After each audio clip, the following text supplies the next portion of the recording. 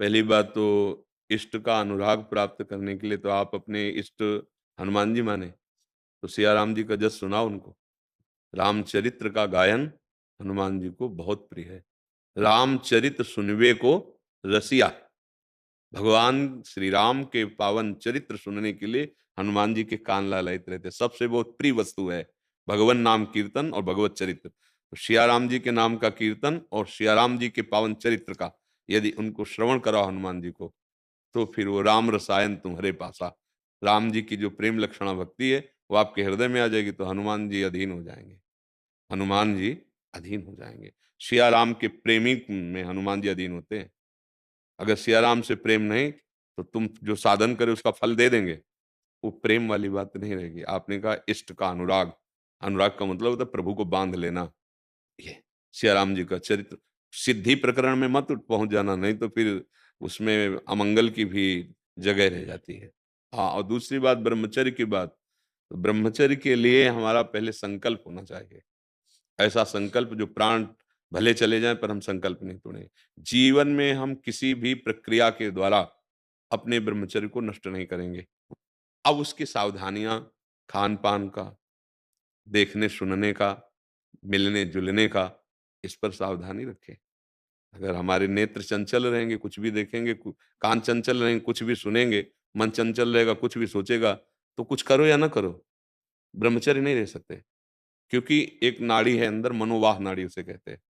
जहां आपका चिंतन कामासक्त हुआ, वो गर्म हुई। तो जैसे मंथन करके दूध से घी अपने आप निकल लिया जाता है, उसमें समाया हुआ है। ऐसे कहीं पूरे शरीर में ब्रह्मचर्य की कोई थैली थोड़ी, जैसे पित्त की थैली, ऐसे ऐसे नहीं, पूरे रक्त में वो समाहित है। वो मनोवाह नाड़ी समझो मथानी। जे ही आपका गलत चिंतन हुआ, वो गर्म हुई और वो अपनी प्रक्रिया शुरू कर दी। अब आप कोई क्रिया करो या ना करो, आप ब्रह्मचर्य आपका क्षीण हो जाएगा। किसी भी हेतु से कभी भी वो आप, उसके लिए चिंतन भी गलत नहीं होना चाहिए, शुद्ध ब्रह्मचर्य के लिए। हाँ, तो जो ब्रह्म चिंतन होगा, भगवत चिंतन होगा, कभी गलत चिंतन न होने पावे, गलत दर्शन। आजकल मोबाइल की उसमें सब बहुतायत है संसार के। हम मान लो ठीक है, बाहर हम किसी को नहीं देख रहे, एकांत में मोबाइल लेकर अगर हम प्रपंच देखेंगे, गंदी बात देखेंगे, तो भूल जाओ ब्रह्मचर्य किसे कहते हैं। वो ब्रह्मचर्य बहुत कठोर व्रत है। काम की वेदना ऐसी थोड़ी होती है, और उसको सह जाए भगवान नाम जाप से, भगवद आश्रय से और दृढ़ संकल्प से। दृढ़ संकल्प से बनता है। अब प्राण चाहे निकल जाए, पर अब गलत चेष्टा नहीं होगी। प्राण चाहे निकल जाए, आप गलत संकल्प नहीं बनने देंगे। जहां संकल्प बनने, राधा राधा राधा, जो भी नाम आपको प्रिय हो, नाम का तुरंत कीर्तन करने लगे। तुरंत मन को एकाग्र ना होने दे उस विषय में। बड़ी सावधानी का विषय है। जहां मन एकाग्र हुआ और आप तन्मय हुए, फिर आप नहीं बच सकते। वो संकल्प बना लेगा। तभी कहते हैं, बहुत कसम खाई लेकिन निर्वाह नहीं कर पा रहे। ये और कुसंग, प्रगट में कुसंग, बहुत सावधानी। ब्रह्मचर्य महान व्रत है। ये बड़े भाग्यशाली जन हैं जो इस पर दृष्टि रखते। भले आप गृहस्थ में रहो, सीमित ब्रह्मचर्य रहो। भाई एक होता नैष्ठिक ब्रह्मचर्य आजीवन के लिए, एक होता समय के अनुसार। जैसे आप पाणी ग्रहण संस्कार के गृहस्थ में, तो बहुत सावधानी पूर्वक कि इतने दिन ब्रह्मचर्य, फिर इसके बाद गृहस्थ धर्म का संयोग, फिर इतने दिन ब्रह्मचर्य, तो आपका स्वास्थ्य ठीक रहेगा, बुद्धि ठीक रहेगी। अब तो ऐसी बुद्धि हो गई है कि इसे निषेध की तो वृत्ति ही नहीं रह गई है।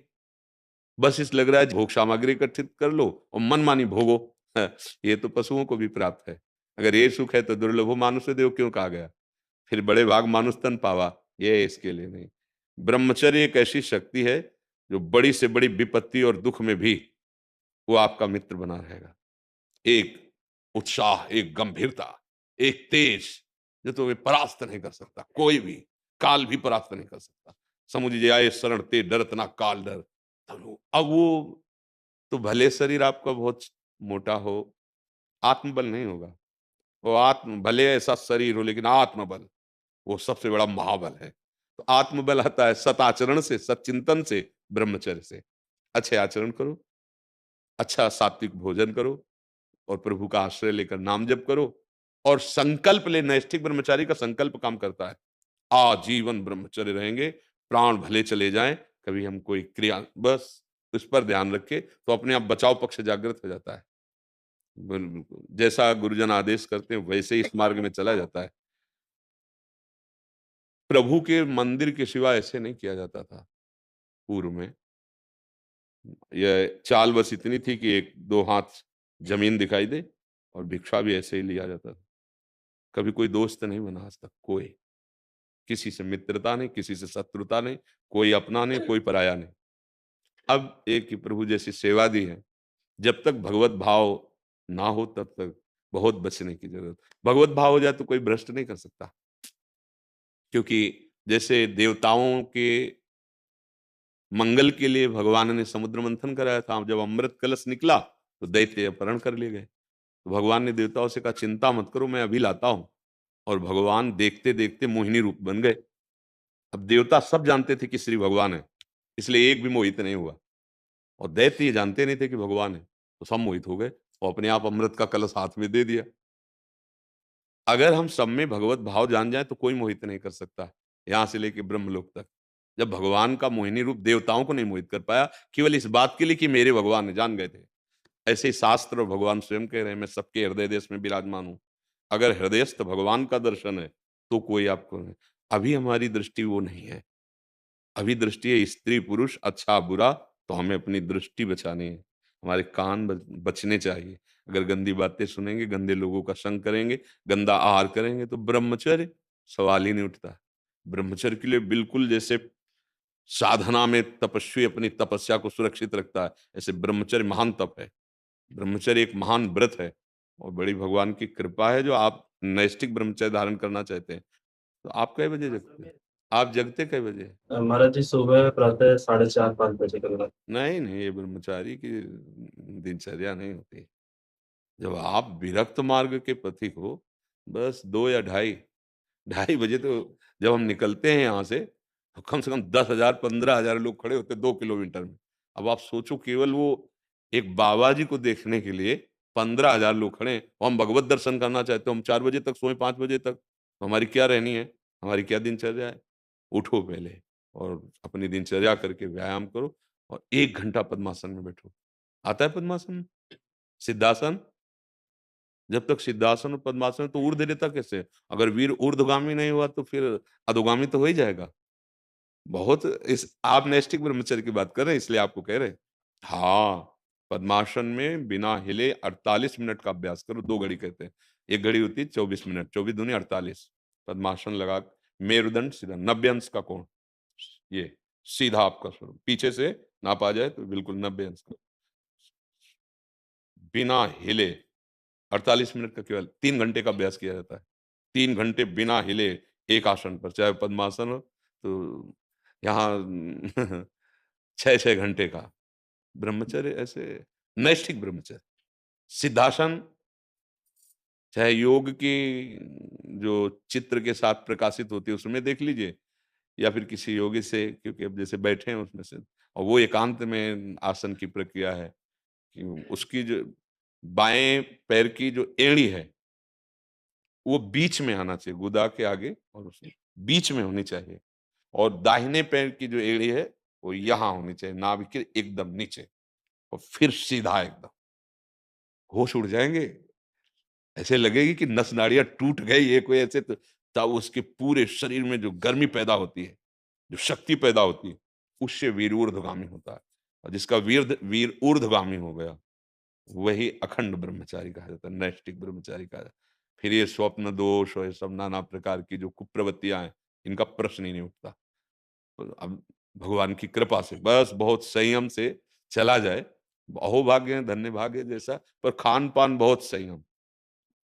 रात्रि के समय शयन करते समय कभी गर्म दूध ना पिए, कोई खट्टी चीज ना पावे, दही आदि जो वादी करने वाली शरीर के, वो नहीं, अल्पाहार और अधिक संयम और अधिक भगवत चिंतन और आसनों के द्वारा पूरे शरीर को अपने बस में कर लेना, फिर इंद्रियों को बस में करना, मनोनिग्रह कर लेना, सीधे परमात्मा प्राप्ति। ब्रह्मचर्य का सही अर्थ होता है ब्रह्म में स्थित हो जाना।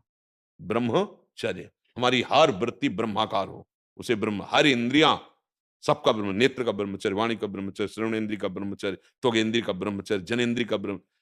लोग प्राय इतने जानते हैं कि केवल जनेन्द्रिय के ही संयम को ब्रह्मचर्य कहते हैं, पर हर इंद्रिय का ब्रह्मचर्य और सदैव ब्रह्म में, परमात्मा में स्थित रहना, उसे कहा जाता है ब्रह्मचारी। ब्रह्म में विचरण, हर वृत्ति ब्रह्माकार। प्रयास करो, बहुत कृपा, गुरु कृपा से कुछ दुर्लभ नहीं है, पर बहुत अथक प्रयास करना पड़ता है इसके लिए, अथक प्रयास। पर अभ्यास कहाँ जाएगा? पूरे जीवन का अभ्यास। रात्रि में ऐसी व्यथा पैदा होती, व्याकुलता, सब सो रहे, चुपचाप निकले मंदिर, वहाँ गुरु आश्रम में था। वहाँ मंदिर के पट खोले, चुपचाप एकांत बैठे, लगाया आसन, बैठे हुए, शांत।